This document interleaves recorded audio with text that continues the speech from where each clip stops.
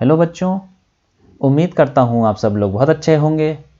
मैं हूँ गणेश राणा कोटी। हमने फिज़िक्स का पैकेज बनाया है उन बच्चों के लिए जो 12th में हैं और बोर्ड के लिए प्रिपेयर कर रहे हैं। और ये सेकंड चैप्टर का 9th लेक्चर है। पिछले लेक्चर में हमने आपको क्विज़ दिया था, क्विज़ 2.8, तो उसी का सोल्यूशन यहाँ पे देख लेते हैं। इसमें बोल रहा है कि a capacitor of capacitance 2 microfarad is connected to 6 volt battery. तो एक कैपेसिटर हम बना लेते हैं यहाँ पे, ठीक है। ऐसा बना लेते हैं कैपेसिटर जिसको हमने 6 वोल्ट की बैटरी के साथ जोड़ दिया, ठीक है। इसको कैपेसिटर C1 ले लेते हैं। C1 मान लेते हैं कि कैपेसिटर है और ये 6 वोल्ट की बैटरी जोड़ रखी है, ठीक है। अब वो आगे क्या बोलता है, बोलता है now the capacitor is filled with a dielectric of dielectric constant 4। अब उस कैपेसिटर में हमने एक डाइलेक्ट्रिक भर दिया, तो एक और सर्किट बना लेते हैं जिसमें कि हमने डाइलेक्ट्रिक भर देंगे इसके अंदर, ठीक है।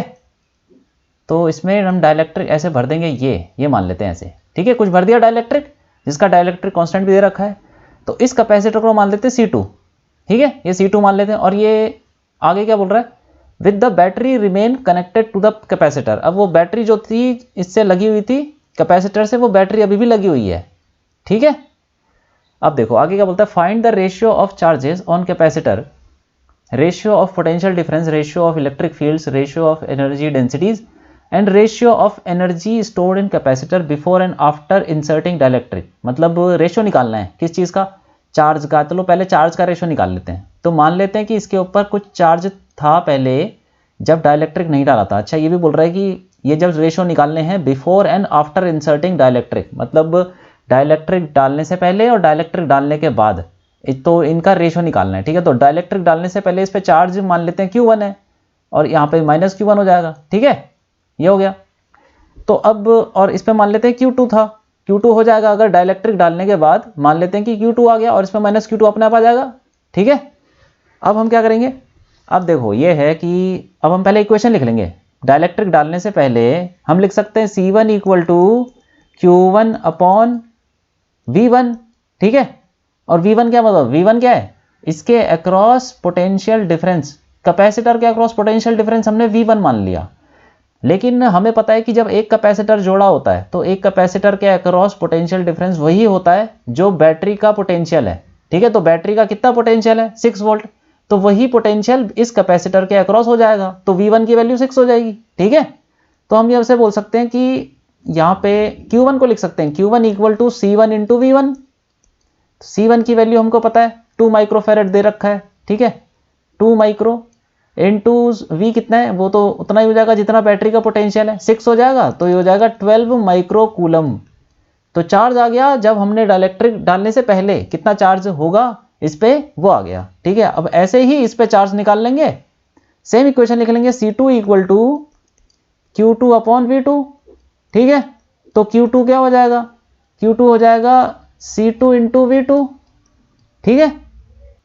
और C2 की वैल्यू क्या होगी, C2 देखो ऐसा है कि जब C1 इसके अंदर तो कुछ नहीं था, C1 के अंदर हमने जब C1 के अंदर डाइलेक्ट्रिक डाल दिया तो वो C2 बन गया।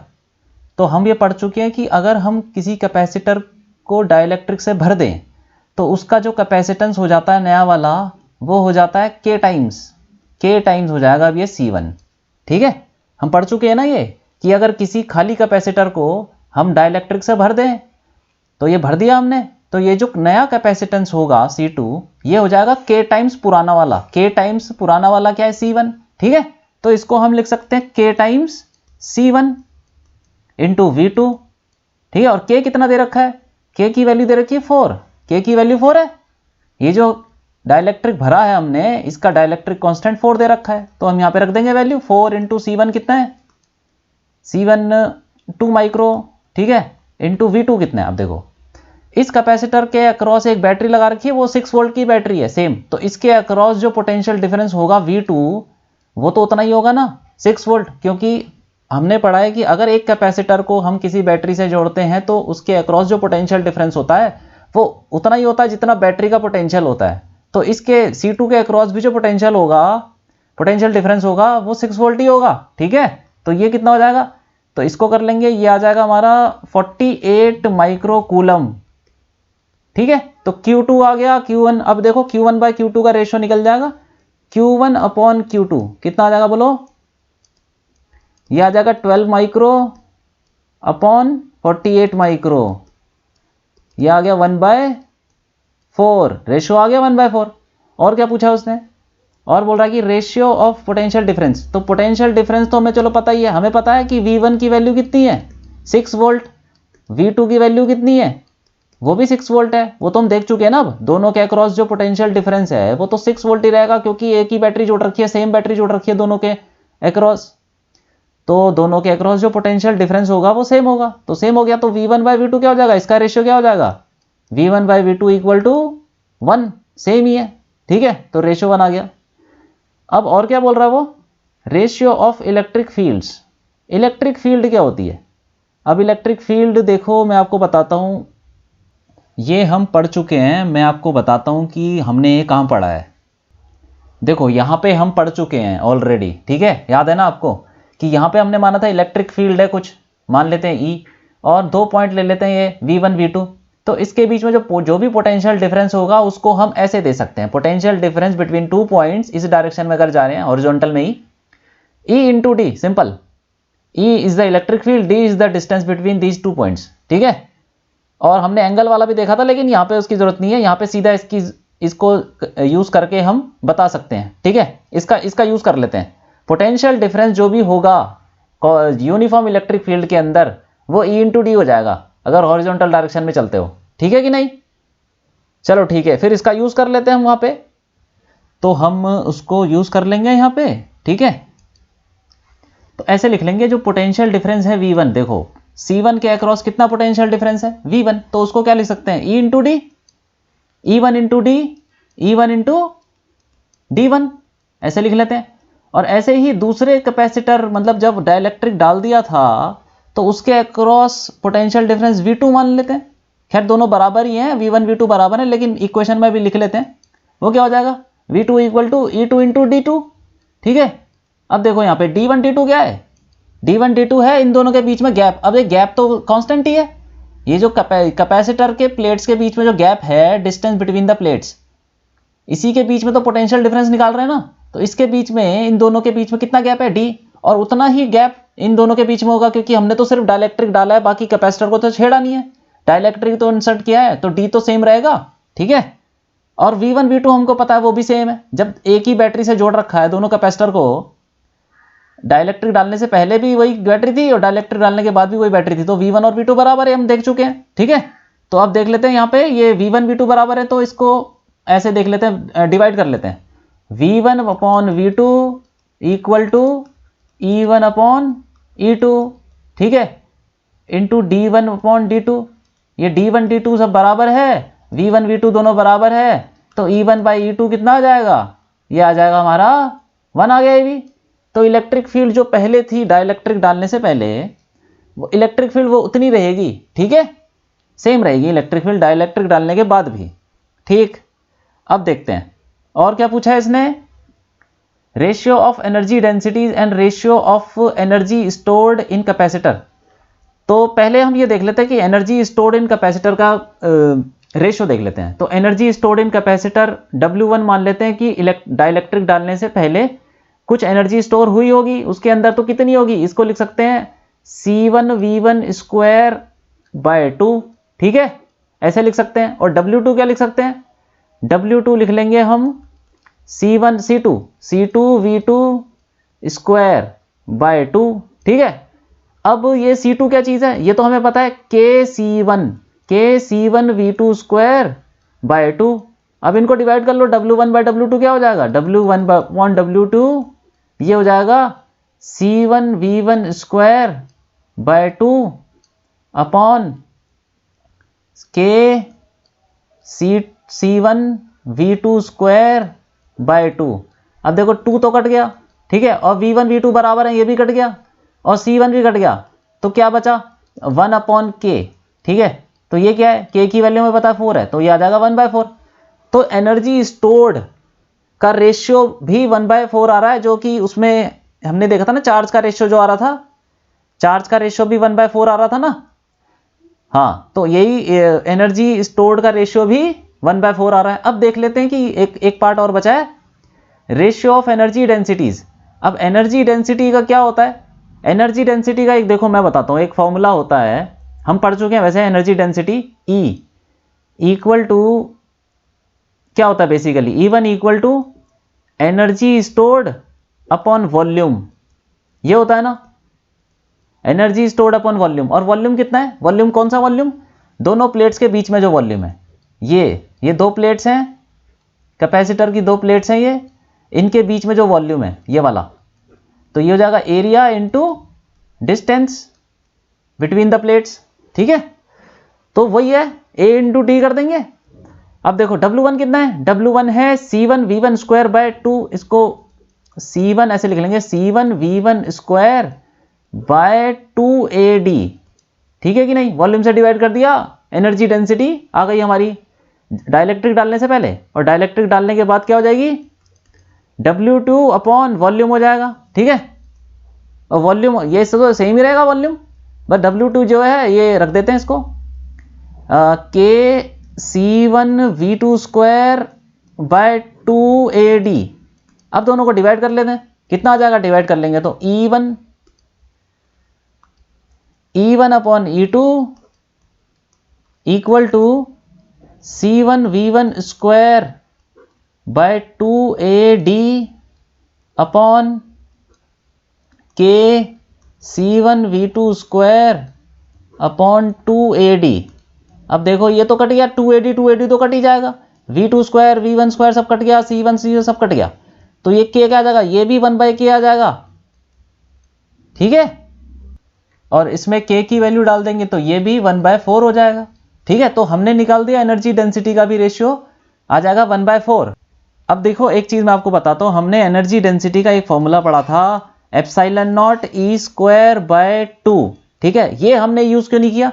ये हम तब यूज करते हैं जब हमारा जो मीडियम होता है वो वैक्यूम हो या तो फ्री स्पेस हो, ठीक है, या तो एयर हो।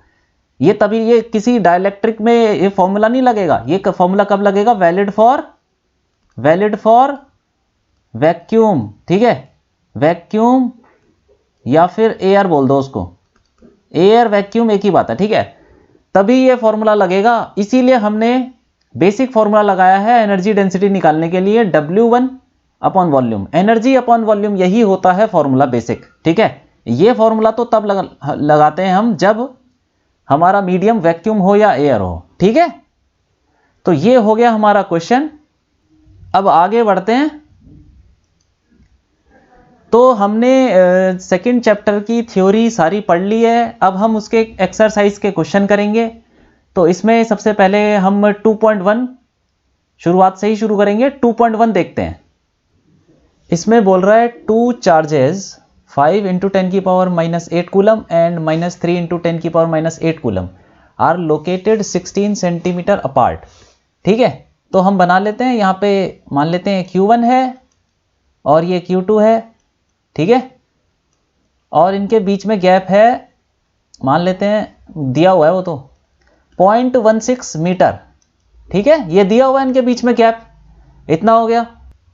और वो बोल रहा है आगे कि एट व्हाट पॉइंट या एस, मतलब एक पॉइंट भी हो सकता है, उससे ज्यादा भी हो सकते हैं, ऐसे बोल रहा है at what points on the line joining the two charges is the electric potential zero. मतलब इन दोनों की लाइन ज्वाइनिंग द चार्जेस, इन दोनों को एक लाइन से ज्वाइन कर देंगे, और वो बोल रहा है कि इस लाइन के ऊपर कहां पे पोटेंशियल जीरो होगा। ठीक है, तो अब ये मान लेते हैं कि पहले मान लेते हैं, चलो कहीं बीच में हो सकता है जीरो हो। ठीक है, तो ये मान लेते हैं यहां से Q1 से x दूरी पे एक पॉइंट है P, जहां पे पोटेंशियल जीरो हो सकता है। ठीक है, निकाल लेंगे, अगर कोई वैल्यू आ जाएगी तो फिर हाँ ठीक है, वो पता ही चल जाएगा कि यहां पे कुछ ना कुछ पोटेंशियल शायद जीरो हो जाए। ठीक है, तो और ये ले लेते हैं, ये कितना हो जाएगा फिर? ये हो जाएगा 0.16 - x, ये वाला डिस्टेंस। ठीक है, तो ये x मान लिया, तो ये बाकी यहां से Q1 से अगर x मान लेते हैं हम, एक पॉइंट जो कि Q1 से x दूरी पे एक पॉइंट है जहां पे पोटेंशियल जीरो है, तो वो Q2 से कितना दूर होगा? 0.16 माइनस एक्स, ठीक है। तो अब हम इसको कर लेंगे, इसको निकाल लेंगे एक्स की वैल्यू। क्या करेंगे, पी पॉइंट पे पोटेंशियल 0 होना चाहिए, ठीक है। पी पॉइंट पे पोटेंशियल, इसको पी नहीं ए ले लेते हैं, चलो ए ले लो। ए पे पोटेंशियल 0 होना चाहिए, ठीक है। तो Q1 की वजह से पोटेंशियल कितना होगा ए पे, वो हमें पता है formula due to a point charge. Potential due to a point charge का फॉर्मूला क्या होता है, KQ1/R। तो KQ1/R कितना है यहाँ पे, डिस्टेंस कितना है एक्स लिख देंगे सीधा, ठीक है। और प्लस, क्योंकि ए पॉइंट पे पोटेंशियल दोनों क्रिएट करेंगे ना, Q1 एंड Q2, तो दोनों की वजह से ए पॉइंट पे पोटेंशियल होगा। तो Q1 की वजह से ये हो गया, तो Q2 की वजह से कितना होगा, उन दोनों का सम हो जाएगा टोटल पोटेंशियल। तो दूसरे Q2 की वजह से कितना होगा, KQ2/R। R कितना है 0.16 माइनस एक्स, ठीक है। तो अब ये बोल रहा है कि ये 0 होना चाहिए, तो x क्या होगा भाई, यही बोल रहा है ना वो। On the line joining the two charges electric potential is 0, ठीक है। और बोल रहा है take the potential at infinity to be 0, वो तो हमें पता ही है कि इन्फिनिटी पे पोटेंशियल 0 होता है। तो बोल दिया कि उसने कि ए पॉइंट पे पोटेंशियल 0 है, तो फिर बताओ वो कौन सा पॉइंट है, कि कितनी दूर है वो, ठीक है। तो यहां से हम x निकाल लेंगे।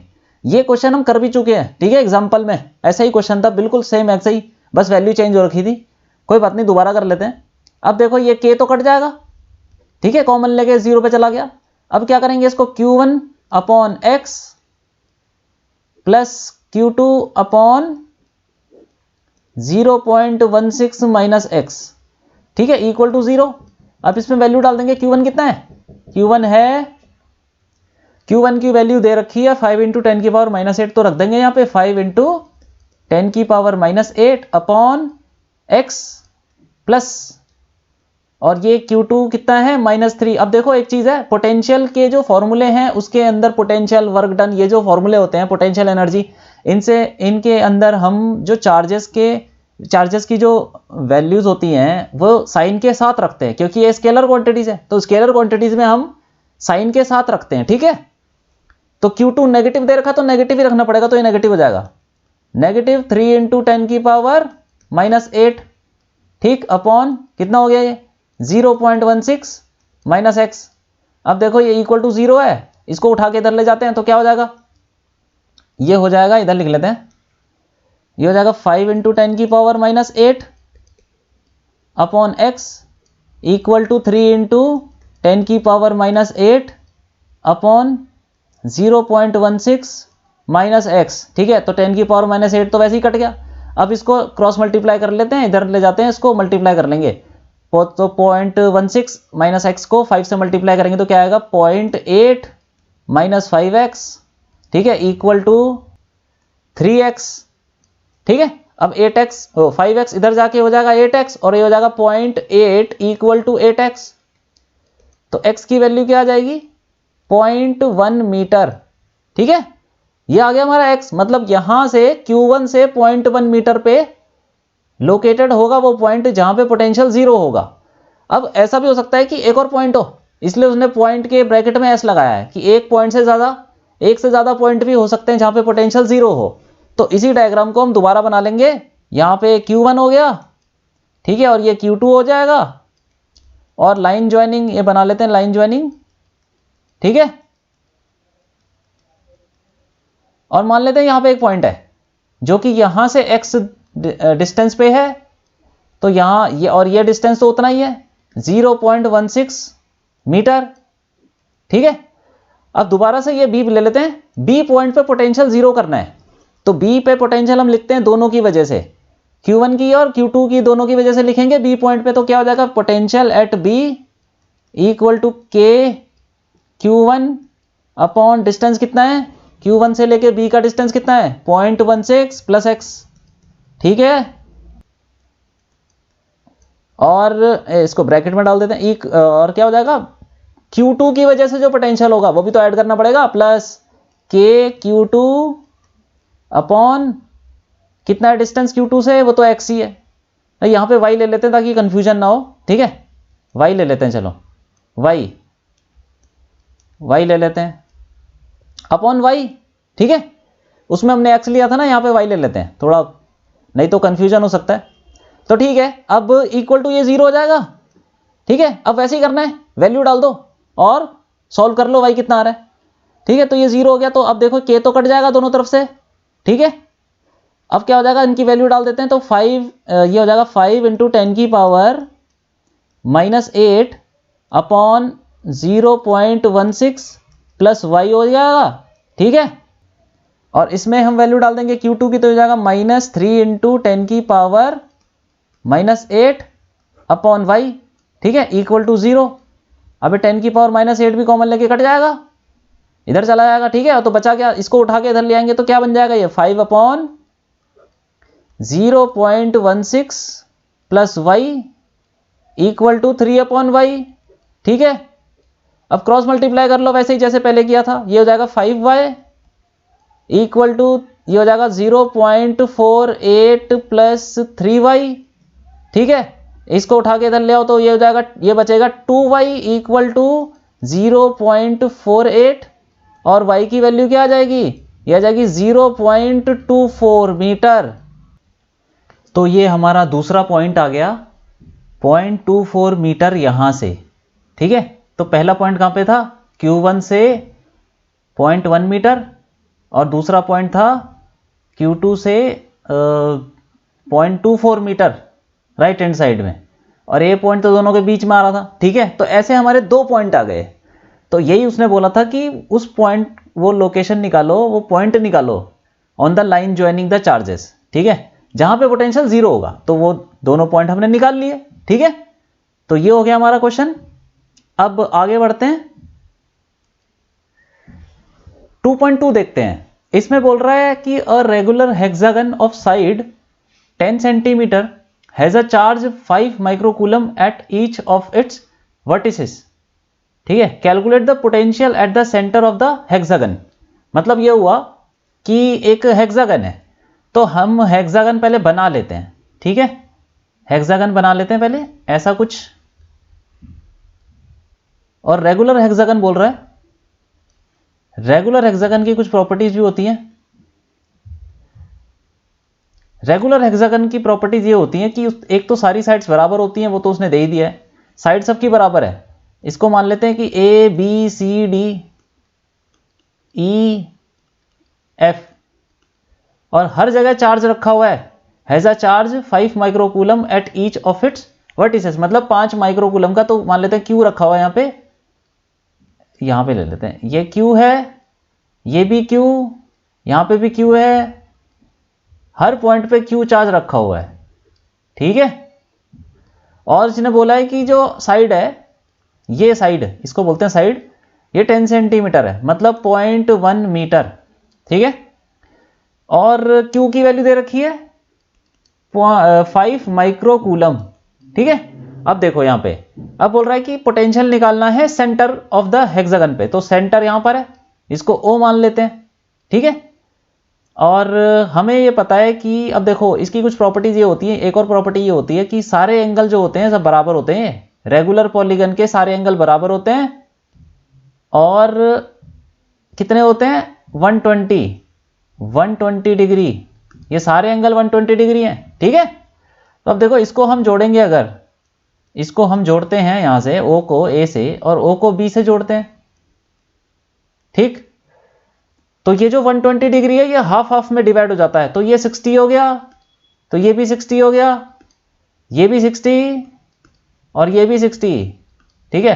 तो बाकी बचा, आप देखो एक ट्राइंगल है OAB ट्राइंगल है, उसके अंदर 2 एंगल 60 है, तो तीसरा अपने आप 60 हो गया, क्योंकि सबका सम 180 होना चाहिए, ठीक है। तो ये बन गया हमारा इक्विलैटरल ट्राइंगल। इक्विलैटरल ट्राइंगल का मतलब हुआ कि सारी साइड्स बराबर हो गई, ठीक है। सारी साइड बराबर हो गई तो मतलब OA और OB ये भी बराबर हो जाएंगे। इसको ले लेते हैं R, ये भी हो जाएगा R, ठीक है। अब इसको जोड़ देते हैं, देखो तब देखो जैसे ये ट्राइंगल इक्विलैटरल है तो ये वाला ट्राइंगल भी इक्विलैटरल होगा OBC, ठीक है। तो ये भी R हो जाएगा, और ऐसे ही OCD ये ट्राइंगल भी इक्विलैटरल हो जाएगा, तो ये भी R हो गया। अब ऐसे इसको जोड़ देंगे, OE ये सब बराबर हो जाएंगे, OE भी R के बराबर हो जाएगा, ठीक है। और ये भी जोड़ देंगे OF, तो ये भी हो गया R, तो ये सब R हो गए। O से लेके सारे वर्टिसेस का डिस्टेंस R हो गया। अब हमें निकालना है पोटेंशियल एट द सेंटर, मतलब O पे ही। तो पोटेंशियल एट O क्या होगा, सबकी वजह से पोटेंशियल उसका सम कर देंगे, ठीक है। तो पहले जो चार्ज पड़ा हुआ ए पे उसकी वजह से पोटेंशियल क्या हो गया, के क्यू अपॉन आर। ऐसे ही देखो बी की वजह से क्या हो जाएगा, के क्यू अपॉन आर, क्योंकि क्यू तो सब पे सेम रखा हुआ है, हर वर्टिसेस पे सेम चार्ज रखा हुआ है और हर वर्टिसेस का जो डिस्टेंस है सेंटर से वो बराबर है आर, ठीक है। और ऐसे ही तो सबका जो सबकी वजह से पोटेंशियल होगा वो के क्यू बाय आर ही हो जाएगा, तो सी की वजह से भी के क्यू बाय आर हो जाएगा, ठीक है। डी की वजह से भी के क्यू बाय आर और ई की वजह से भी के क्यू बाय आर, एफ की वजह से भी के क्यू बाय आर, ठीक है। तो सबको ऐड कर देंगे तो ये तो हो जाएगा 6 टाइम के क्यू बाय आर हो जाएगा ना। वी ओ कितना हो जाएगा 6 के क्यू अपॉन आर। और हमें पता है देखो इक्विलेटरल ट्राइंगल में एक साइड दे रखी है 0.1, तो आर की वैल्यू भी तो 0.1 हो जाएगी, ठीक है। तो आर की वैल्यू भी 0.1 हो गई, 0.1 मीटर। अब हम इसमें वैल्यू रख देंगे, पोटेंशियल आ जाएगा सेंटर पे 6 इंटू 9, के की वैल्यू हमको पता है 9 इंटू 10 की पावर 9, ठीक है। और क्यू की वैल्यू हमको दे रखी है 5 माइक्रो कूलम, तो 5 इंटू 10 की पावर -6 अपॉन रेडियस कितना दे आर कितना दे रखा डिस्टेंस, ये है 0.1, तो 0.1 यहां रख देंगे, ठीक है। तो हम इसको कैलकुलेट कर लेंगे और हमारा वीओ की वैल्यू आ जाएगी 2.7 इंटू 10 की पावर 6 वोल्ट, ठीक है। तो ये हो गया हमारा क्वेश्चन। अब आगे बढ़ते हैं, 2.3 देखते हैं। इसमें बोल रहा है 2 charges 2 microcoulomb and -2 microcoulomb are placed at points A and B। तो ऐसे बना लेते हैं, ये पॉइंट A है, ठीक है, और इसको बोल देते हैं B है। यहां पे रखा हुआ है 2 माइक्रोकूलम और यहां पे -2 माइक्रोकूलम, ठीक है। अब इनके बीच में डिस्टेंस दे रखा है points A and B 6 centimetre apart, मतलब इनके बीच में जो गैप है वो हो गया हमारा 0.06 मीटर, ठीक है। 0.06 मीटर हो गया इनके बीच में जो गैप है। अब ये क्या बोल रहा है, पहला पार्ट है आइडेंटिफाई एन इक्विपोटेंशियल सरफेस। अब देखो इक्विपोटेंशियल सरफेस ये एक्चुअली क्या, ये डाइपोल ही तो है, एक माइनस चार्ज, एक माइनस क्यू, एक प्लस क्यू, दोनों का मैग्नीट्यूड, दो चार्जेस हैं, दोनों का मैग्नीट्यूड सेम है और दोनों के बीच में कुछ डिस्टेंस है, ठीक है, और एक पॉजिटिव है एक नेगेटिव है, ठीक है। तो ये डाइपोल हो गया। और हम पढ़ चुके हैं डाइपोल में, हमने जब देखो डेरिवेशन याद करो, देखो जाके देखो, जब हमने डेरिवेशन की थी potential due to electric dipole, तो उसमें हमने एक जनरल फॉर्मूला निकाला था, K P cos theta upon R cube R square, ठीक है। ये पोटेंशियल निकाला था due to dipole at any point, जो कि किसी पॉइंट पे है और थीटा बना रहा है सेंटर से, ठीक है। तो पोटेंशियल अब देखो हमने एक चीज यहां पे बताई थी, एक चीज वहां पे लिखी थी, पढ़ी थी कि जब थीटा 90 हो जाएगा तो पोटेंशियल क्या हो जाएगा 0।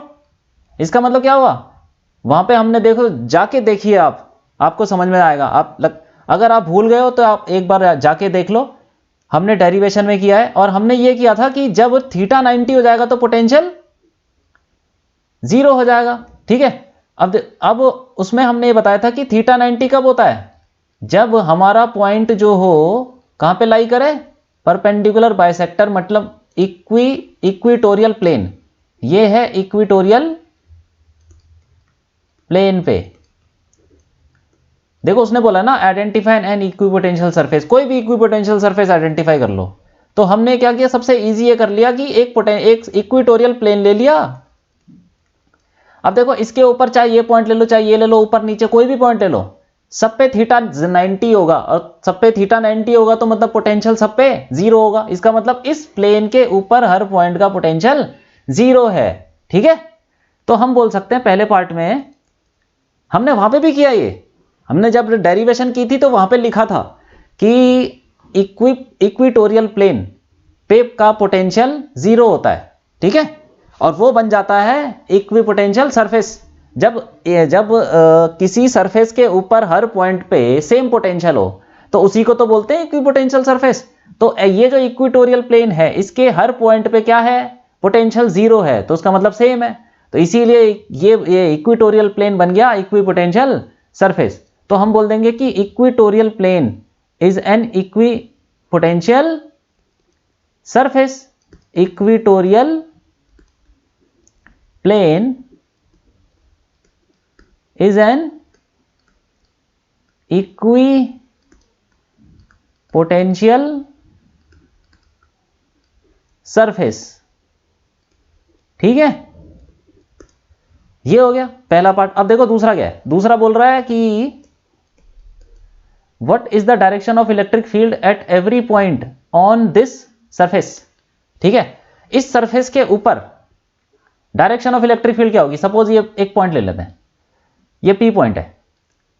तो हम ये पढ़ चुके हैं कि हमने अब याद करो दोबारा से कि इलेक्ट्रिक फील्ड जब हमने निकाली थी, electric field due to dipole, तो हमने दो डेरिवेशन किए थे। एक तो था on the axis of dipole और ऑन द इक्वेटोरियल प्लेन। ठीक है, तो ये जो पॉइंट है ये इक्वेटोरियल प्लेन पे है, तो हमने दो डेरिवेशन की थी ना, इलेक्ट्रिक फील्ड निकाली थी। एक तो एक्सिस पे हुआ, यहां होता है, और एक हो गया हमारा इस पॉइंट पे जो कि इक्वेटोरियल प्लेन पे होता है। तो हमने ये देखा था कि जो इक्वेटोरियल प्लेन के ऊपर जब आप इलेक्ट्रिक फील्ड निकालते हो तो वो डाइपोल मोमेंट की जो डायरेक्शन होती है उसके ऑपोजिट आता है। ठीक है, तो इसका मतलब क्या हुआ, डाइपोल मोमेंट की डायरेक्शन क्या है, डाइपोल मोमेंट की डायरेक्शन नेगेटिव से पॉजिटिव होती है।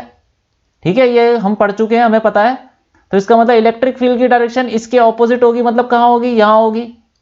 ये हो जाएगी इलेक्ट्रिक फील्ड की डायरेक्शन एट पॉइंट पी। ठीक है, तो इसमें हम लिख लेंगे direction of electric field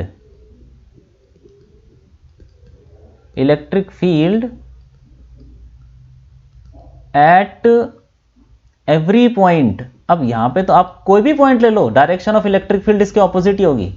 at every point on this surface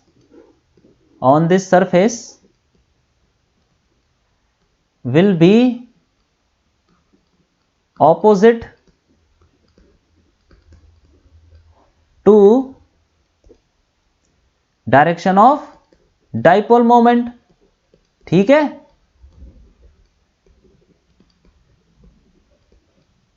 ये हो गया। अब तो ये हो गया हमारा क्वेश्चन। ठीक है, अब आगे बढ़ते हैं, 2.4 देखते हैं। इसमें बोल रहा है कि a spherical conductor of radius 12 centimetre has a charge of 1.6 into 10 की पावर -7 कूलम। मतलब ये हुआ, ये बोल रहा है कि एक हमारे पास स्फेरिकल कंडक्टर है, स्फेयर है मतलब, ठीक है, मेटालिक स्फेयर। तो उसको हम बना लेते हैं पहले ऐसा कुछ, ये स्फेरिकल कंडक्टर हो गया, और इसका रेडियस दे रखा है कुछ, रेडियस मान लो r रेडियस दे रखा है, और इसके ऊपर हैज अ चार्ज 1.6 इंटू 10 की power -7 coulomb distributed uniformly on its surface. मतलब इसके ऊपर ये चार्ज फैला हुआ। हमें पता है कि चार्ज कहाँ होता है, अरे चार्ज तो सरफेस पे होता है ना, एक्सटर्नल सरफेस पे, अंदर तो होता नहीं है। ये हम पढ़ चुके हैं। देखो कंडक्टर के बहुत सारे पॉइंट्स थे, बहुत सारी प्रॉपर्टीज हमने पढ़ी थी। तो ये भी हमने पढ़ा था कि जो, ये तो हमने बहुत पहले पढ़ लिया था चैप्टर 1 में, लेकिन उसका रीजन के साथ पढ़ा था हमने कि जो भी चार्ज कंडक्टर के ऊपर देते हैं वो चार्ज कहां चला जाता है, एक्सटर्नल सरफेस के ऊपर आ जाता है। ठीक है, तो बाहर आ जाएगा, यहाँ इस एक्सटर्नल सरफेस के आ जाएगा, इस एक्सटर्नल सरफेस के ऊपर नहीं आएगा, मतलब जस्ट उसके सरफेस के जस्ट नीचे। ठीक है, बाहर तो चार्ज निकलेगा नहीं ना, लेकिन ये जितना भी चार्ज है सारा सरफेस पे पहुंच जाएगा। ठीक है, हाँ। तो अब ये क्या बोल रहा है, अब पूछ रहा है what is the electric field inside the sphere. अब देखो हमें पता है कि इनसाइड द स्फेयर, यहां पे इस पॉइंट पे, कहीं पे, यहां पे ले लो, यहां पे ले लो, अंदर स्फेयर के कोई इलेक्ट्रिक फील्ड नहीं होती। तो electric field inside the sphere क्या हो जाएगी, electric field inside the sphere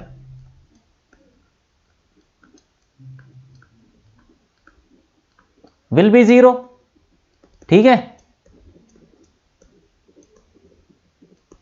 क्योंकि ये तो हम पढ़ चुके हैं ना कि इसके अंदर इलेक्ट्रिक फील्ड तो हो ही नहीं सकती। ये हम प्रूफ भी कर चुके हैं, अंदर इलेक्ट्रिक फील्ड नहीं होती, बाहर ही होती है। ठीक है, तो अब हाँ ठीक है, पहला पार्ट हो गया। अब दूसरा पार्ट देखो, just outside the sphere. Just outside मतलब एक पॉइंट ले लेते हैं यहाँ पे ए, जो कि बस सरफेस के जस्ट बाहर है, ऐसे समझ लो सरफेस पे ही है, ठीक है। तो हमें पता है, अब देखो ये जो चार्ज फैला हुआ है ये कैसे फैला हुआ है, ये तो एक शेल की तरह फैला हुआ है ना। और हमने देखा, हमने ये पढ़ चुके हैं फर्स्ट चैप्टर में कि जब चार्ज शेल के ऊपर फैला होता है, शेल की तरह फैला होता है, तो इलेक्ट्रिक फील्ड क्या होती है? इलेक्ट्रिक फील्ड एक तो अंदर जीरो होती है और बाहर कितनी होती है? बाहर वही फॉर्मूला होता है जो पॉइंट चार्ज की वजह से इलेक्ट्रिक फील्ड होती है, ठीक है। तो जो भी चार्ज इसके ऊपर है क्यू मान लो, तो जो भी जितने भी पॉइंट्स है बाहर, जब आप बाहर की बात करोगे, स्फीयर के बाहर की बात, तो इलेक्ट्रिक फील्ड क्या हो जाएगी? इलेक्ट्रिक फील्ड ए पॉइंट पे हो जाएगी के क्यू अपॉन आर स्क्वायर।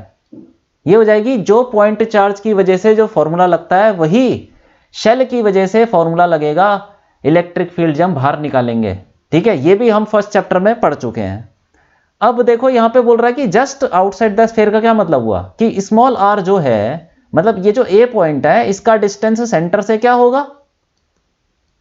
ये आर कैपिटल आर के बराबर हो जाएगा, क्योंकि उसने जस्ट आउटसाइड बोला ना, जस्ट सरफेस के बाहर। तो ये जो डिस्टेंस है यहां से ये वाला, ये आर के बराबर ही हो जाएगा सेंटर से, ठीक है। तो हम इसमें वैल्यू रख डाल देंगे। ई ए क्या हो जाएगा? के की वैल्यू कितनी है? 9 इंटू 10 की पावर 9। क्यू हमको दे रखा है 1.6 इंटू 10 की पावर -7 अपॉन आर कितना है? आर ये दे रखा है 12 सेंटीमीटर, मतलब 0.12 मीटर। मीटर में डालेंगे ना का स्क्वायर, ठीक है। तो ये हो गया। अब इसकी वैल्यू हम कैलकुलेट कर लेंगे और ई ए आ जाएगा हमारा 10 की पावर 5 न्यूटन पर कूलम। तो ये इलेक्ट्रिक फील्ड आ गई हमारी जस्ट आउटसाइड द स्फीयर। अब तीसरा पार्ट कर लेते हैं, उसमें क्या बोल रहा है देखो, at a point 18 centimetre from the centre of the sphere. अब दूसरा पॉइंट ले लेते हैं, कोई दूसरा पॉइंट ले लेते हैं, ये मान लेते हैं बी, जो कि 18 सेंटीमीटर है। यहां से 18 सेंटीमीटर 0.18 मीटर पे बी पॉइंट है। तो इस पॉइंट पे इलेक्ट्रिक फील्ड क्या होगी? तो इस पॉइंट पे भी वही फॉर्मूला लगेगा, क्योंकि ए और बी दोनों भारी तो है ना शेल के। ये जो कंडक्टर है, ये जो चार्ज फैला हुआ है, कैसे फैला हुआ है? शेल की तरह, ठीक है। तो ये ए और बी दोनों पॉइंट शेल के बाहर है, और बाहर हमें पता है इलेक्ट्रिक फील्ड का फॉर्मूला यही होता है के क्यू बाय आर स्क्वायर। ये हम फर्स्ट चैप्टर में पढ़ चुके हैं। तो सेम फॉर्मूला लगा लेंगे, E B equal to K Q upon same R square. अब यहां पे आर की वैल्यू हो जाएगी आपकी 18 सेंटीमीटर 0.18 मीटर। तो ईबी की वैल्यू कैलकुलेट कर लेंगे, इसमें डाल देंगे ईबी इक्वल टू क्या हो जाएगा? 9 इंटू 10 की पावर 9 इंटू क्यू कितना है? 1.6 इंटू 10 की पावर -7 डिवाइडेड बाय कितना है? 0.18 इसका स्क्वायर, ठीक है। और ये हम कैलकुलेट कर लेंगे, ये आ जाएगा हमारा 4.4 इंटू 10 की पावर 4 न्यूटन पर कूलम। तो हमने इलेक्ट्रिक फील्ड बी पे भी कैलकुलेट कर ली। तो हमारे हो गए सारे ये सारे पार्ट्स हो गए, ठीक है। तो ये हो गया क्वेश्चन। अब आगे बढ़ते हैं, 2.5 देखते हैं। इसमें बोल रहा है अ parallel plate capacitor with air between the plates has a capacitance of 8 picofarad, ठीक है। अभी बोल रहा है कि एक हमारे पास कैपेसिटर है जिसके बीच में हवा भरी हुई है, ठीक है। वैक्यूम या हवा एक ही बात है, ठीक है। तो 8 पिकोफैरेड है इसका कैपेसिटेंस। तो सी ले लेते हैं, C1 ले लेते हैं, चलो। तो C1 की वैल्यू दे रखी है 8 पिकोफैरेड, मतलब 8 इंटू 10 की पावर -12 फैरेड। ये हो गया हमारा कैपेसिटेंस। अब बोल रहा है what will be the capacitance if the distance between the plates is reduced by half.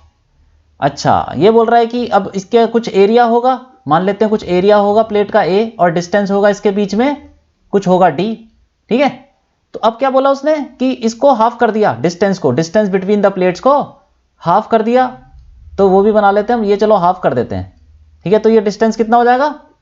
ये वाला डिस्टेंस, ये D/2 हो जाएगा, ठीक है। एरिया तो उतना ही रहेगा ना। तो इसको मान लेते हैं ये C2 हो गया आप कैपेसिटेंस, ठीक है। अब क्या बोल रहा है, reduce by half and the space between them is filled with a substance of dielectric constant 6। मतलब इसके बीच में अब क्या कर दिया, पहले डिस्टेंस आधा किया और उसके बाद इसमें डाइलेक्ट्रिक भर दिया, ठीक है।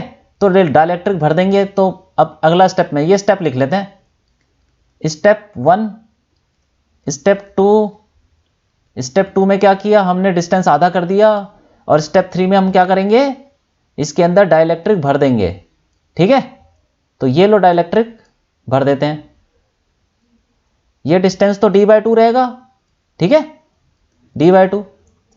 और अब इसमें डाइलेक्ट्रिक भर दिया लो हमने, हाँ ये C3 हो जाएगा, ठीक है।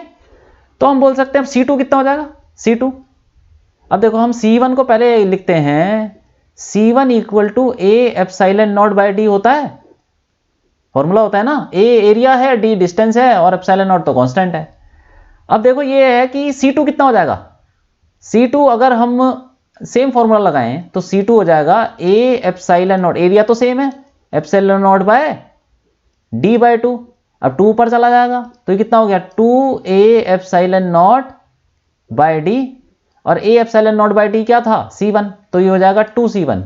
तो मतलब डिस्टेंस आधा कर दोगे तो कैपेसिटेंस जो होगी इसकी वो डबल हो जाएगी, ठीक है। अब हमने क्या किया, उसके अंदर डाइलेक्ट्रिक भी भर दिया। अब जो C3 होगा वो C2 टाइम्स K हो जाएगा, क्योंकि हमने C2 के अंदर डाइलेक्ट्रिक भरा है। तो हम C3 को बोल सकते हैं C3 equal to K times C2, क्योंकि C2 के अंदर भरा है ना हमने डाइलेक्ट्रिक, ठीक है, इसीलिए C3 equal to K times C2 हो जाएगा। और K की वैल्यू भी दे रखी है, कितनी है, 6, ठीक है, ये दे रखी है K डाइलेक्ट्रिक कांस्टेंट। तो अब हम लिख लेंगे ये कैलकुलेट कर लेंगे, इसमें वैल्यू डाल देंगे। तो C2 की वैल्यू कितनी है, 2C1, तो ये हो जाएगा K इंटू 2C1, ठीक है। अब हम सबकी वैल्यू डाल देंगे तो C3 आ जाएगा, K की वैल्यू कितनी है, 6 इंटू 2 इंटू C1 कितना है, वो दे रखा है 8 पिकोफैरेड, तो 8 इंटू 10 की पावर -12, ठीक है। तो ये कितना आ गया, ये आ जाएगा हमारा 96 इंटू 10 की पावर -12 फैरेड। तो हमारा कैपेसिटेंस आ गया फाइनली। अब वही पूछा है ना उसने, what will be the capacitance if the distance between the plates is reduce by half. पहले हाफ कर दो और उसके बाद उसके अंदर डाइलेक्ट्रिक भर दो, तो फाइनली कैपेसिटेंस क्या हो जाएगी, ये हो जाएगी, ठीक है। तो ये हो गया हमारा क्वेश्चन। अब आगे बढ़ते हैं, 2.6 देखते हैं। इसमें बोल रहा है कि 3 capacitors each of capacitance 9 picofarad are connected in series. मतलब 3 कैपेसिटर ले लिए, सबका कैपेसिटेंस कितना है, 9 पिकोफैरेड। तो ऐसे बना लेते हैं, 3 कैपेसिटर हैं, इसको सीरीज में जोड़ देते हैं। अब हम पढ़ चुके हैं कि सीरीज का मतलब होता है एक के पीछे एक, ऐसे एक लाइन में सबको जोड़ दो, ठीक है, ऐसे जोड़ दिया, हाँ। अब क्या बोल रहा है वो, सीरीज में जोड़ दिया, तो ये C1 C2 C3 ऐसे ले लेते हैं, और ये बराबर है तीनों, C1 equal to C2 equal to C3 equal to 9 picofarad, ठीक है।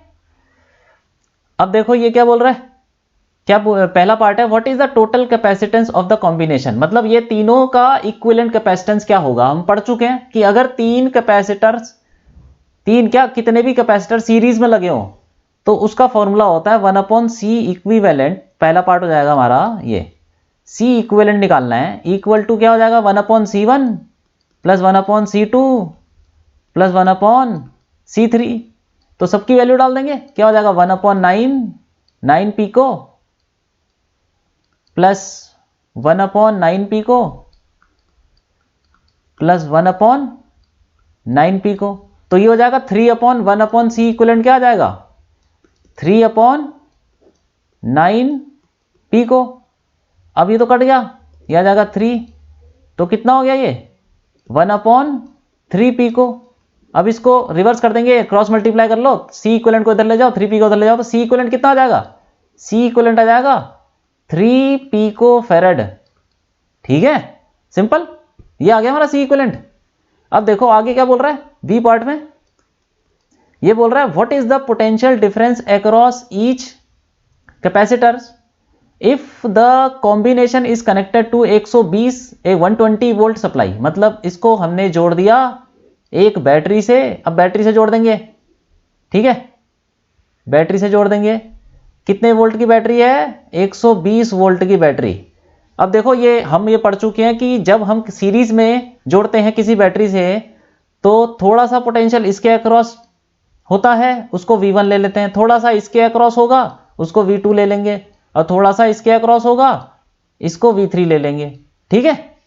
और जो तीनों का सम होगा वो बैटरी के पोटेंशियल के बराबर होगा, क्योंकि जो बैटरी पोटेंशियल डिफरेंस पैदा करेगी वो पूरे कॉम्बिनेशन के अक्रॉस कितना करेगी? उतना ही करेगी जितना बैटरी है, ठीक है। तो पूरे कॉम्बिनेशन मतलब इन C1 C2 C3 इस पूरे कॉम्बिनेशन के अक्रॉस कितना पोटेंशियल उस बैटरी डेवलप करेगी? जितना उसका खुद का पोटेंशियल है 120, ठीक है। और वो जो 120 होगा वो इन तीनों में डिवाइड हो जाएगा, V1 V2 V3। तो V1 plus V2 plus V3 क्या हो जाएगा हमारा? ये तो हम डेरिवेशन में कर चुके हैं ना, हाँ ऐसे ही किया था। तो V1 plus V2 plus V3 equal to 120, ठीक है। अब देखो एक इक्वेशन लगाते हैं हम, और देखो एक चीज और है, जब सीरीज में कैपेसिटर्स लगे होते हैं तो क्या सेम होता है? चार्ज सेम होता है। इस पे मान लो Q, इस पे मान लो माइनस Q, फिर इस पे Q हो गया, इस पे माइनस Q हो गया, फिर इस पे Q और ये माइनस Q, तो सब पे चार्ज सेम हो गया, ठीक है। तो हम लिख सकते हैं C1 equal to Q upon V1, ठीक। और Q V1 क्या हो जाएगा? V1 हो जाएगा Q अपॉन C1। ऐसे ही V2 क्या हो जाएगा? Q अपॉन C2, ठीक है। और V3 हो जाएगा Q अपॉन C3। इसका मतलब क्या हुआ कि ये तीनों देखो, ये तो C1 C2 C3 सब बराबर ही है, इसका मतलब V1 equal to V2 equal to V3, ठीक है। ये हो गया ना। तो अब देखो क्यों हुआ ऐसा, क्यों हुए ये V1 V2 V3 बराबर क्यों हुए? क्योंकि देखो Q तो सब पे सेम है और कैपेसिटेंस भी तो सेम ही है, वो दे रखा है C1 बराबर C2 और C3 तीनों आपस में बराबर है, तो Q upon capacitance, charge upon capacitance का रेशियो भी सेम हो जाएगा, तो पोटेंशियल भी सेम हो जाएगा, ठीक है। तो ये तीनों बराबर हो जाएंगे। तो अब हम इसको लिख सकते हैं, अब देखो यहां पे डाल दो, इसको ऐसे लिख सकते हैं V1 V2 की जगह V1 ही डाल दो और V3 की जगह भी V1, तो तीनों बराबर ही है। तो इसको कैसे लिख सकते हैं? 3 इंटू V1 इक्वल टू 120, ठीक है। तो V1 की वैल्यू क्या आ जाएगी? 40 वोल्ट, ठीक है। और यही आ जाएगा V2 और यही आ जाएगा V3। V1 V2 V3 बराबर है और वो 40 के बराबर है, ठीक है। तो ये हो गया हमारा क्वेश्चन। अब आगे बढ़ते हैं, 2.7 देखते हैं। इसमें बोल रहा है कि 3 capacitors of capacitance 2 picofarad 3 picofarad and 4 picofarad are connected in parallel. अब ये पैरेलल में जोड़ दिए तीनों, तो हम भी जोड़ देते हैं इसको पैरेलल में। मान लेते हैं एक कैपेसिटर ये है और दूसरा कैपेसिटर ये हो गया, पैरेलल में जोड़ दिया, और तीसरा कैपेसिटर भी पैरेलल में, इन मतलब तीनों कैपेसिटर पैरेलल में जुड़े हुए हैं, ठीक है। ऐसे ये मान लेते हैं ये तीनों पैरेलल में जुड़ गए। और अब पूछ रहा है कि ये क्या, अब आगे बोल रहा है, पहला पार्ट है what is the total capacitance of the combination. अब देखो ये C1 ले लो, इसको C2 ले लो और ये C3, ठीक है। तो क्या होगा, इसका जो कॉम्बिनेशन हम पढ़ चुके हैं, पैरेलल में जो इक्विवेलेंट कैपेसिटेंस होता है, मतलब कैपेसिटेंस ऑफ द कॉम्बिनेशन का मतलब हुआ कि इक्विवेलेंट कैपेसिटेंस ही पूछ रहा है वो, ठीक है। तो इक्विवेलेंट कैपेसिटेंस का फॉर्मूला पैरेलल में क्या होता है? C1 plus C2 plus C3 सीधा ऐड कर देते हैं, ठीक है। तो ये कितना है? C1 2 पिको, ये हो जाएगा 2 पिको, प्लस C2 कितना है? 3 पिको, प्लस C3 कितना? 4 पिको। तो ये कितना हो गया? C इक्विवेलेंट आ जाएगा हमारा 2 3 5 4 9, तो 9 पिको आ जाएगा, 9 पिको फैरेड, ठीक है। 9 पिको फैरेड हो गया। हाँ, अब देखो दूसरा पार्ट क्या बोल रहा है, determine the charge on each capacitor, हर एक कैपेसिटर पे चार्ज बताना है।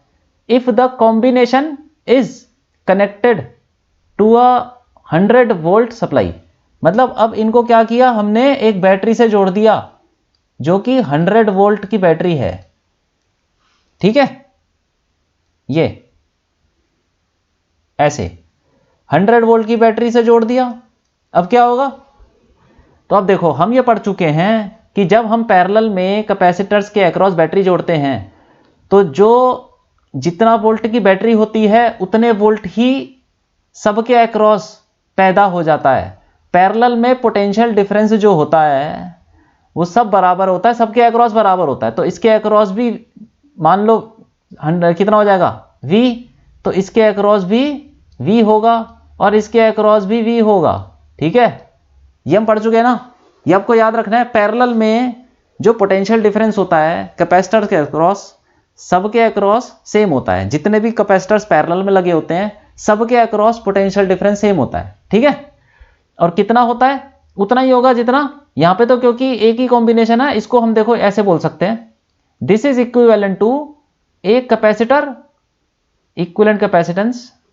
ठीक है, और ये हो गया 100 वोल्ट की बैटरी सी इक्विवेलेंट। ऐसे हम बोल सकते हैं कि इन तीनों को हटा के इसको सिंगल लगा दो तो बात वही है। तो इसके अक्रॉस कितना है? 100 वोल्ट ही तो है ना, V जो है 100 वोल्ट, तो उनके अक्रॉस भी 100 ही होगा। ठीक है, सबके अक्रॉस 100 है। ठीक, क्योंकि 100 वोल्ट किसके अक्रॉस पैदा, 100 वोल्ट जो बैटरी ने पोटेंशियल डिफरेंस पैदा किया किसके अक्रॉस किया? इस पूरे कॉम्बिनेशन के अक्रॉस किया ना।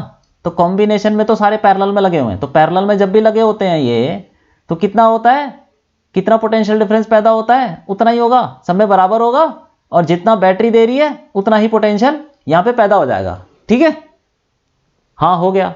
अब देखो, अब क्या बोल रहे हो, डिटरमाइन द चार्ज निकालना है सबके ऊपर। तो इसके ऊपर मान लेते Q1 है, तो ये माइनस Q1, ये Q2 ले लो, ये माइनस Q2।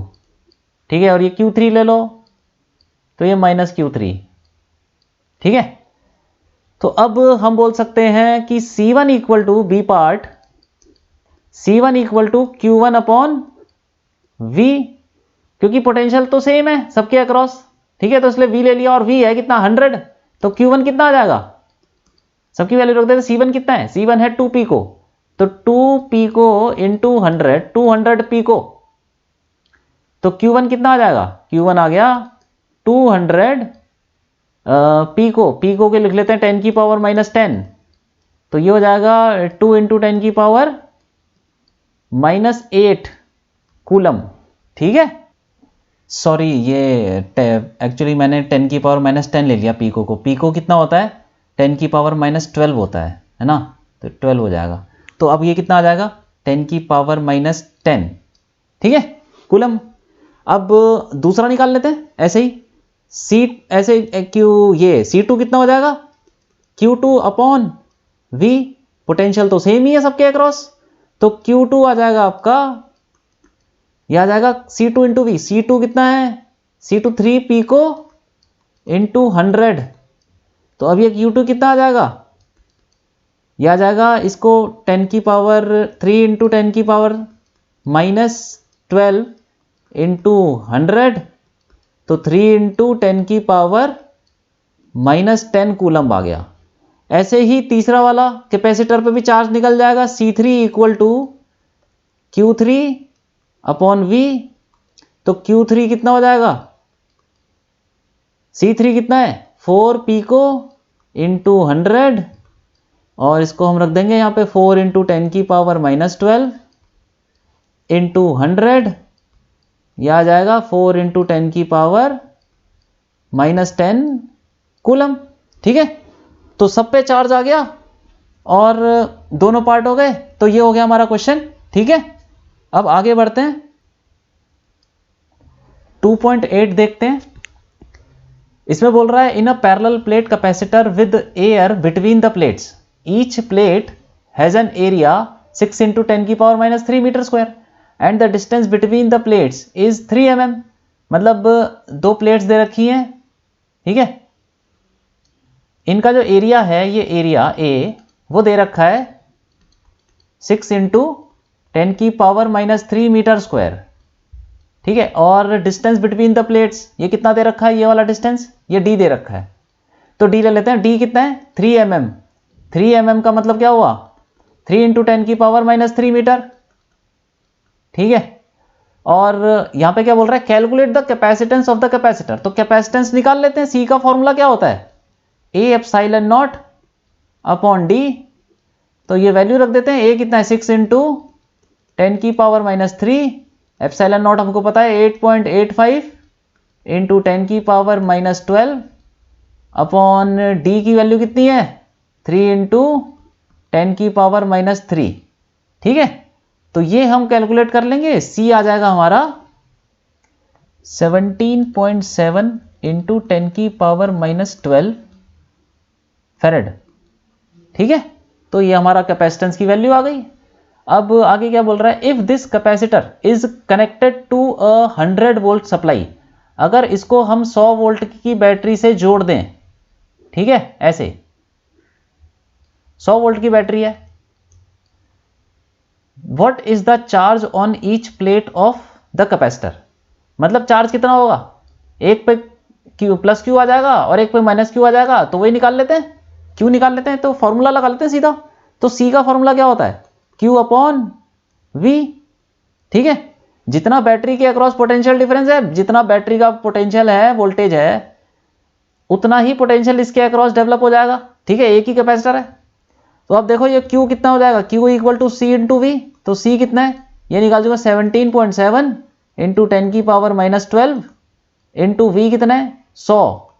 ठीक है, तो हमारा आ जाएगा Q इक्वल टू 17.7 इंटू 10 की पावर -10 कूलम।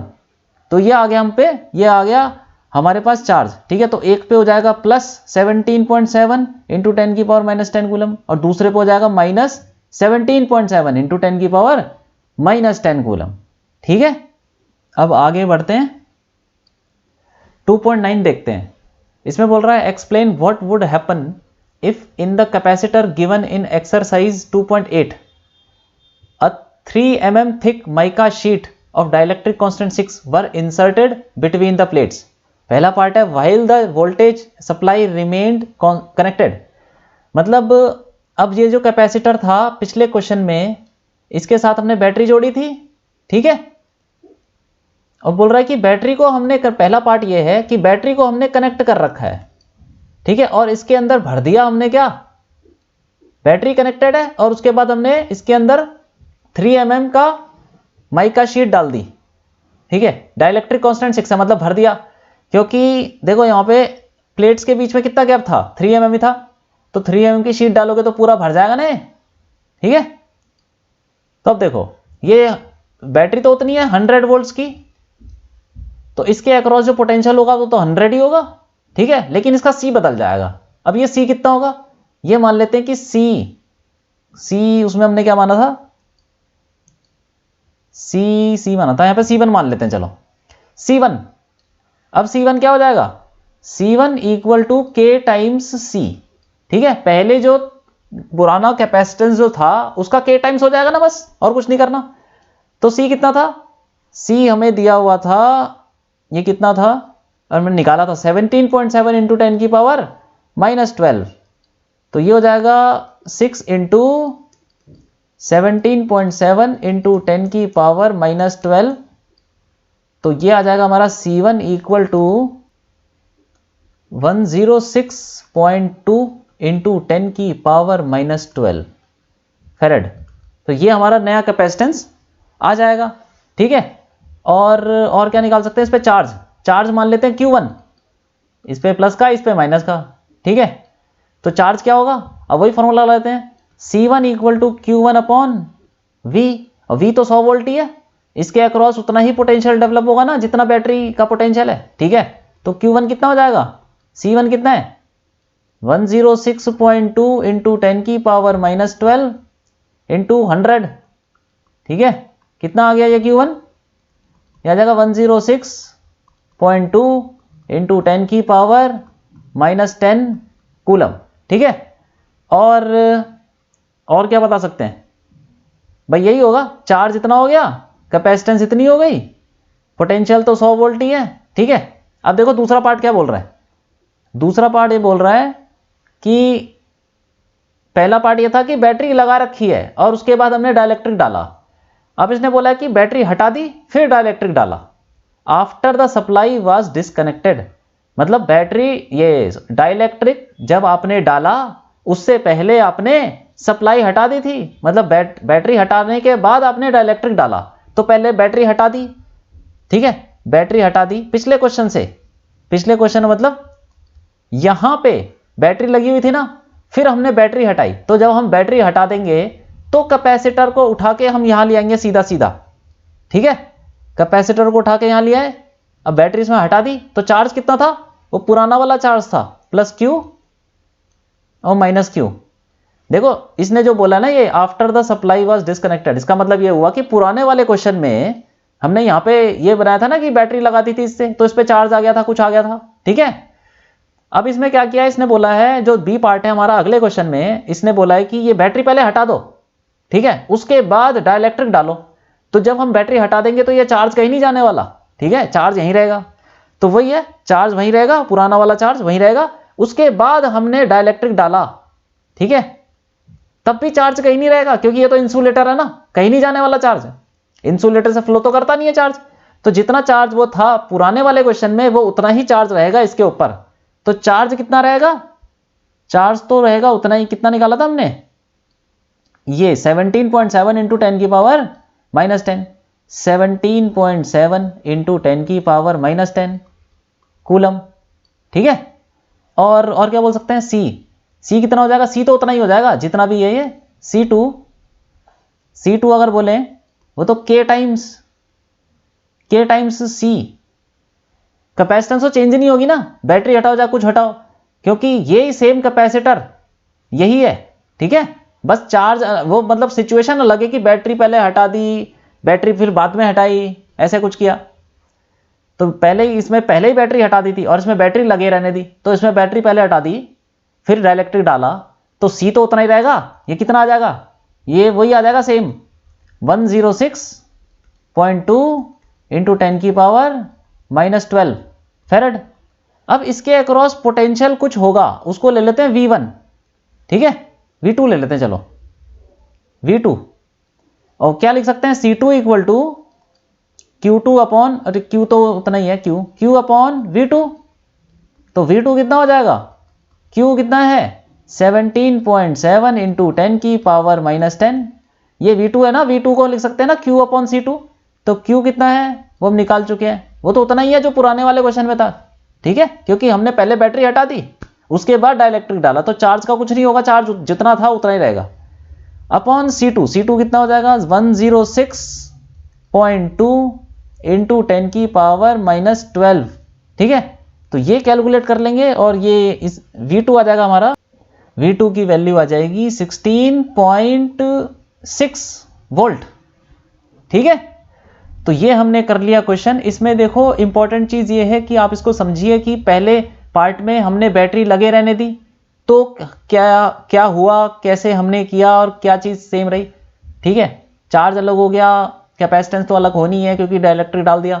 दूसरे पार्ट में पहले ही बैटरी हटा ली, तो चार्ज जो था पुराने वाले क्वेश्चन में जो चार्ज था वही रहेगा इस पे चार्ज, ठीक है, बैटरी हटाने के बाद जो चार्ज होता है ना कैपेसिटर पे वो उतना ही रहता है, ठीक है, जब तक कि उसको किसी और से कनेक्ट ना करें, तो किसी और से कनेक्ट तो किया नहीं है, छोड़ दिया ऐसे ही, तो इसीलिए क्या होगा, जो चार्ज था वो उतना ही रहेगा, ठीक है। तो ये हो गया हमारा क्वेश्चन, ठीक है। अब आगे बढ़ते हैं,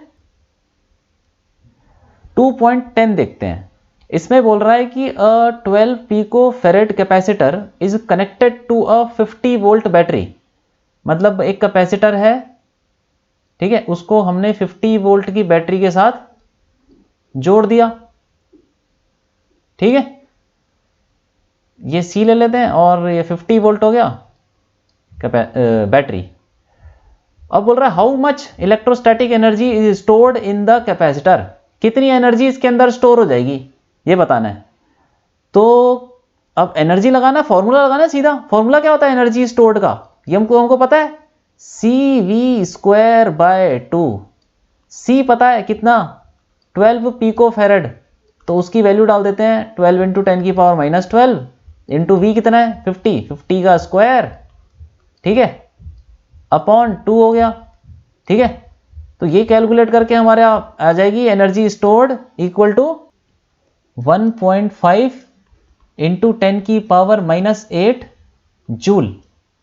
तो ठीक है, ये तो हो गया, बहुत छोटा सा क्वेश्चन है। तो ठीक है, ये क्वेश्चन हो गया। अब आगे बढ़ते हैं, 2.11 देखते हैं। इसमें बोल रहा है कि 600 pico farad capacitor is charged by a 200 volt supply. मतलब एक कैपेसिटर है, ठीक है,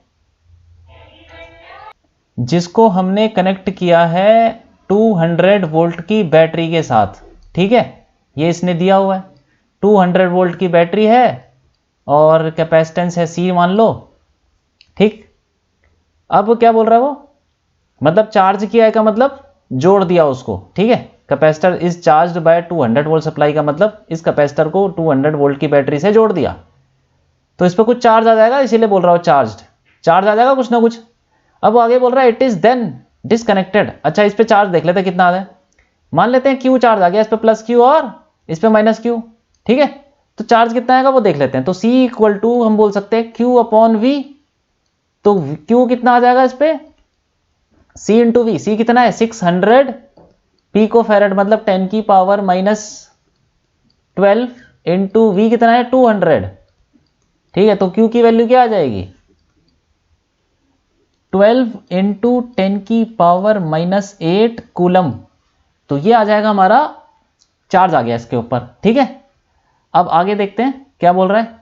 it is then disconnected from the supply, मतलब इसको क्या किया, सप्लाई हटा दी, मतलब 200 वोल्ट की बैटरी को हटा दिया। ठीक है, and is connected to another uncharged 600 pico farad capacitor. ऐसा क्वेश्चन तो हमने एग्जांपल में भी किया है ना, बिल्कुल सेम ऐसा ही है, बस वैल्यू अलग है, बिल्कुल वैसा ही है। तो इसको क्या किया हमने, यहां से हटा दिया और सेम कैपेसिटर C वाले के साथ, मतलब ये जो कैपेसिटर लिया है बैटरी हटा दी और इसके साथ हमने एक कैपेसिटर को जोड़ दिया जो कि सेम उसकी कैपेसिटेंस है। ठीक है, ऐसे, तो ये C है तो ये भी C होगा। ठीक है, और इस पे जो चार्ज पहले जितना चार्ज था Q, अब कितना चार्ज हो जाएगा वो भी देख लेते हैं। इसके अक्रॉस जो पोटेंशियल होगा उसको मान लेते हैं V1, इसके अक्रॉस पोटेंशियल को मान लेते हैं V2। ठीक है, अब हमें पता है ये दोनों पैरेलल में है, तो पैरेलल में दोनों का पोटेंशियल क्या होगा, सेम होगा। ठीक है, तो हम बोल सकते हैं कि V1 इक्वल टू V2। ठीक है, V1 इक्वल टू V2 का मतलब क्या हुआ, जैसे कि यहां पे हम बोल सकते हैं ना कि जो पोटेंशियल होता है जो C equal to Q by V, तो V equal to Q by C। तो इस पे जो चार्ज होगा मान लेते हैं Q1। ठीक है, और इस पे मान लेते हैं Q2। ठीक है, ये माइनस Q1 अपने आप हो जाएगा और ये माइनस Q2 अपने आप हो जाएगा। ठीक है, तो अब इसको क्या लिख सकते हैं, Q1 upon C equal to Q2 upon C, क्योंकि दोनों C हैं, दोनों बराबर ही। तो देखो पहला कैपेसिटर जो था जिसे बैटरी के साथ जोड़ा था वो 600 पिको फेरेड था, और इसको डिस्कनेक्ट किया और इसी कैपेसिटर को दूसरे कैपेसिटर के साथ जोड़ दिया, तो वो भी उतना ही है 600 पिको फेरेड, इसलिए हमने दोनों को C ले लिया। ठीक है, तो इसको हम ऐसे लिख सकते हैं C कट गया, तो इसका मतलब दोनों पे चार्ज क्या होगा, बराबर होगा। ठीक है, तो Q1 इक्वल टू Q2 हो जाएगा। ठीक, अब देखो एक दूसरी चीज ये बताता हूं मैं आपको, ये मैं आपको पहले भी समझा चुका हूं, दोबारा बता देता हूं कि अगर इस पे, इस वाली प्लेट पे कितना चार्ज था, इसको हम ऐसे ले लें, अगर ये ऐसे ले लेते हैं। ठीक है, इस पे टोटल पे कितना चार्ज था, इस वाली प्लेट पे इनिशियली चार्ज था Q। ठीक है, और इस पे इनिशियली अनचार्ज बोला ना। देखो जब हमने इसको यहां से हटाया तो ये कैसा हो जाएगा, जब हमने बैटरी से हटाया तो ऐसा दिखेगा ना ये। ठीक है, लेकिन इसके ऊपर चार्ज तो रहेगा ना प्लस Q, और इस पर रहेगा माइनस Q। अब उसको हमने क्या किया, नीचे वाले चार्ज के साथ जोड़ दिया। तो जोड़ दिया, एक और कैपेसिटर ले लो और इसके तारे निकाल दो ऐसे। तो जब आप जोड़ोगे, ऐसे करके जोड़ोगे यहां पे, ठीक है, तो इसके ऊपर कोई चार्ज नहीं था, अनचार्ज बोला ना उसने, ये जो दूसरा कैपेसिटर है ये अनचार्ज है, तो इसके ऊपर कोई चार्ज नहीं है। तो जब आप जोड़ोगे इसको, तो ये जो चार्ज है इसके ऊपर थोड़ा सा इधर चला जाएगा। ठीक है, क्यों जाएगा, क्योंकि चार्ज फ्लो होना पड़ेगा, क्योंकि देखो पोटेंशियल जो है दोनों के अक्रॉस सेम है ना, तो पोटेंशियल आने के लिए कुछ ना कुछ तो चार्ज आना पड़ेगा, तो कुछ ना कुछ चार्ज फ्लो करेगा।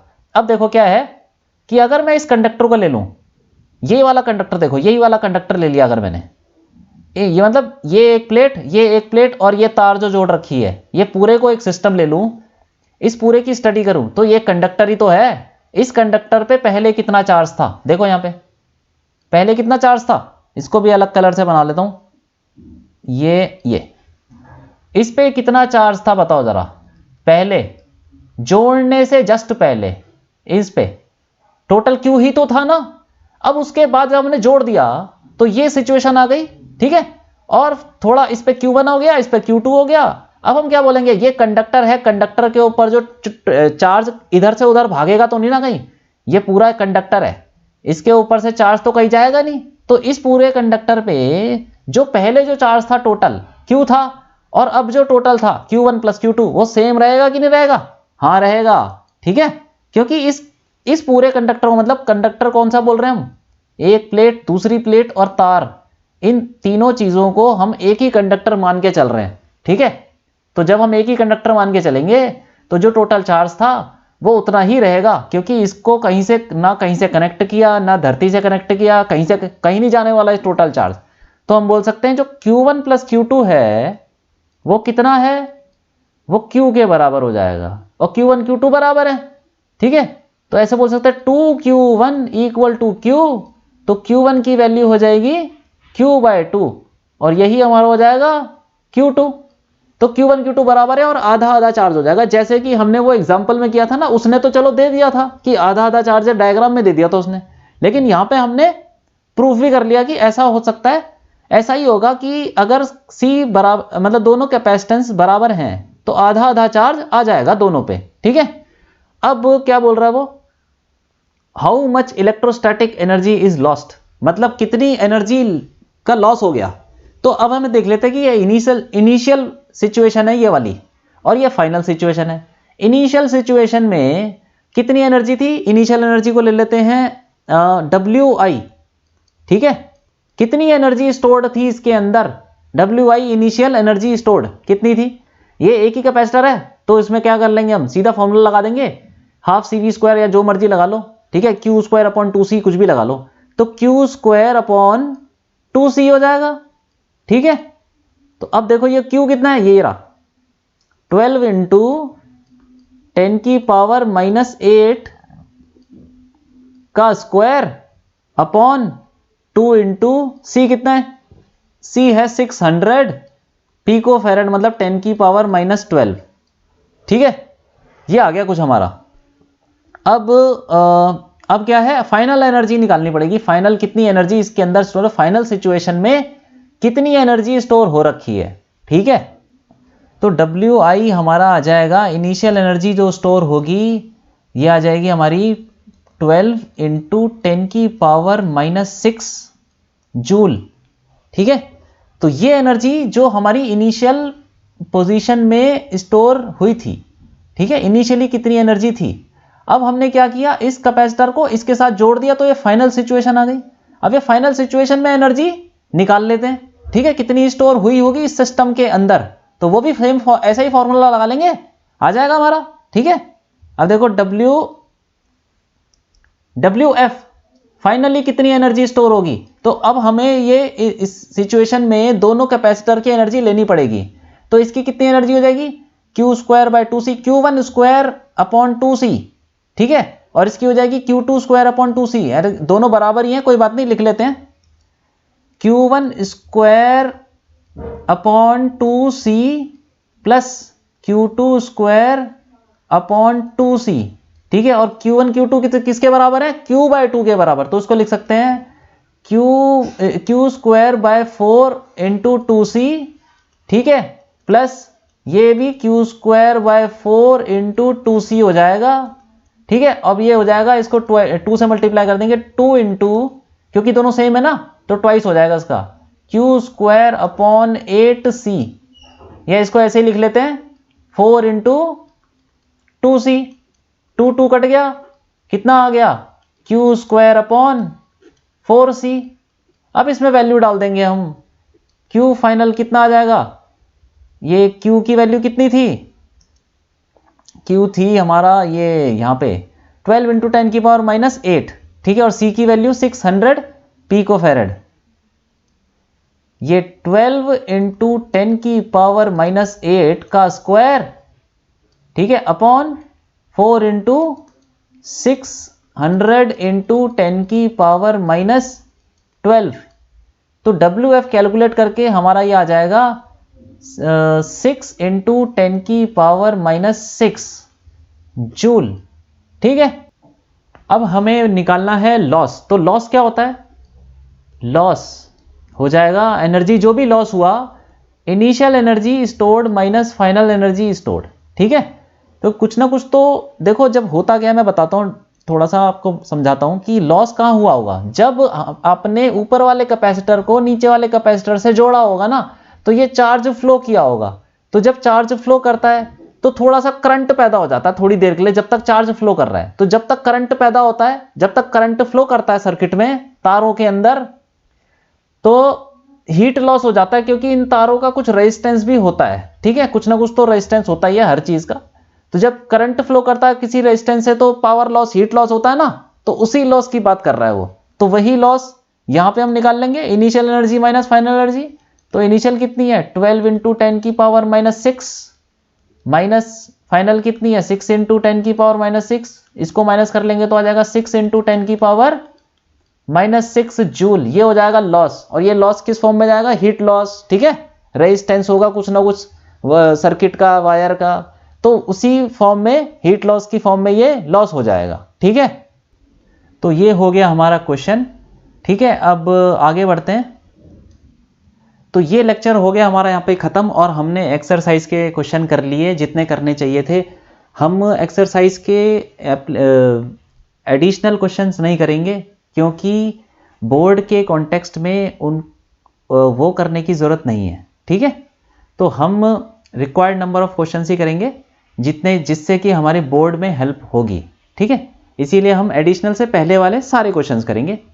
ठीक है, और हाँ, तो अब ये क्विज 2.9 आपके लिए, आप इसको करिए, और उसके बाद इसका सॉल्यूशन हम करेंगे नेक्स्ट लेक्चर में, और फिर नेक्स्ट लेक्चर में हम प्रीवियस ईयर के क्वेश्चंस भी स्टार्ट करेंगे। ठीक है।